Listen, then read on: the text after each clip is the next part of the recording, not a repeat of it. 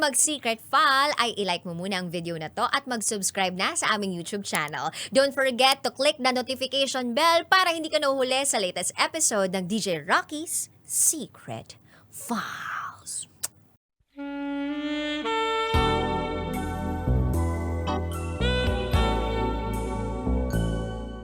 And now, it's time for SPG.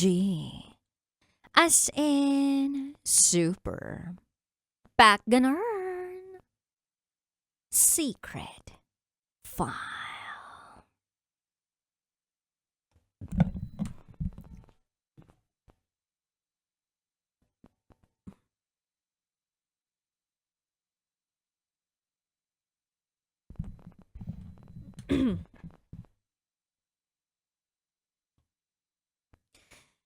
Inutusan ko si Jowa bumili.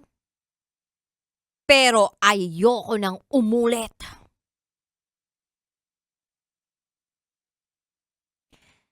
Hi DJ Rocky at DJ Jello. Itago niyo ako sa pangalang Yappy. At ito, ang aking SPG. As in, super. Back ganun. Secret File. Isang araw, ginutom ako. Kaya naisipan kong magluto. Inutusan ko ang jowa ko na itago na lang natin sa pangalang Sakuragi. Sabi ko sa kanya, "Babe, bilhan mo nga ako ng keso. Magluluto ako ng spaghetti." That time, wala siya sa bahay namin. Umuwi sa kanila.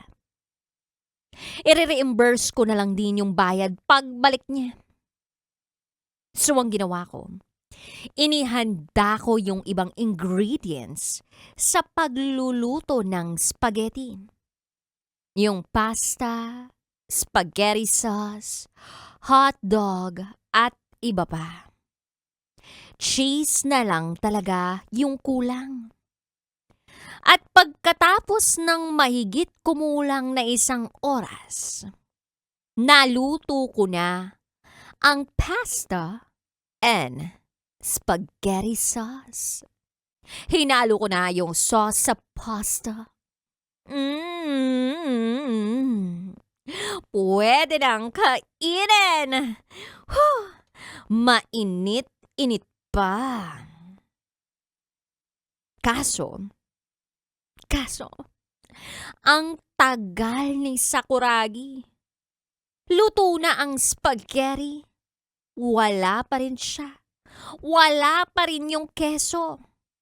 So, minessage ko siya. Sabi ko, "Asan ka na? Kailangan ko na yung keso." At wala pang 5 minuto. Dumating na si Sakuragi sa bahay. Dala-dala ang keso.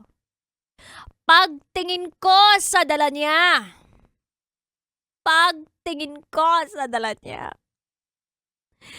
Keso naman yung nabili niya. Pero, ibang klaseng keso kundi kesong puti. Kesong puti. Siyempre nagalit ako. Sabi ko, "Babe, ba't kesong puti? Hindi ko naman yan maisasahog sa spaghetti. Dapat ang binili mong keso, yung kesong dilaw. Ano ka ba naman?" At ang sagot sa akin ni Sakuragi ay, "Wala na kasing ibang keso na available, babe." Naggalit ako, DJ Rocky at DJ Jello, dahil hindi nasunod ang kailangan kong recipe. Sa init ng ulo ko, hindi ko namalayan na ang tagal ko nang nagtatalak sa kanya. Halos naungkat ko ang mga naging away namin nung nakaraan. Kaya nagulat na lang ako nung bigla niya akong kinabig, dinakma at hinalikan sa labi. At dito ako biglang natahimik. At maya-maya pa ay nagtatanggalan na kami ng kung anumang nakabalot sa aming katawan. Halik to the left, halik to the right, halik to the up, halik to the down. Habol hininga, pawisan ang mga panga. I, O. Hanggang sa inihiga niya na ako sa kama. Kinuha niya ang manghok ng spaghetti sauce at tinikman niya ito. Pagkatapos ay lumuhod siya sa akin. Kaharap ang aking pechay. At dahan-dahan niyang sinimot, sabay sausaw ng dila niya sa spaghetti sauce na hindi ko pa naihahalo sa pasta. Mga ilang minuto niya ginawa yon hanggang sa tinapatan ko ng carbonara ang spaghetti sauce niya. Ang ending, nakain namin ang spaghetti na walang kesong dilaw. At hindi ako pumayag na isahog ang kesong puti dahil hindi masarap yon. Pero, masarap. Masarap ang ginawa ni Sakuragi sa akin. Kaya bawi na rin siya sa atraso niya. Sa dulo, mukha tuloy akong nagkaroon ng menstruation. May mga bakas pa ng spaghetti sauce mula sa nakatubong pechay. Yun lang naman. Yun lang ang maibabahagi ko para sa ating mga kabisyo. Kaya alam nyo na mga guys, pag mainit ang ulo ni Mrs., daanin ninyo sa sunggab, halik, at paglalove sa kanya. Tiyak, tanggal ang angas niyan. Hanggang dito na lang po. Muli, ako si Yappy.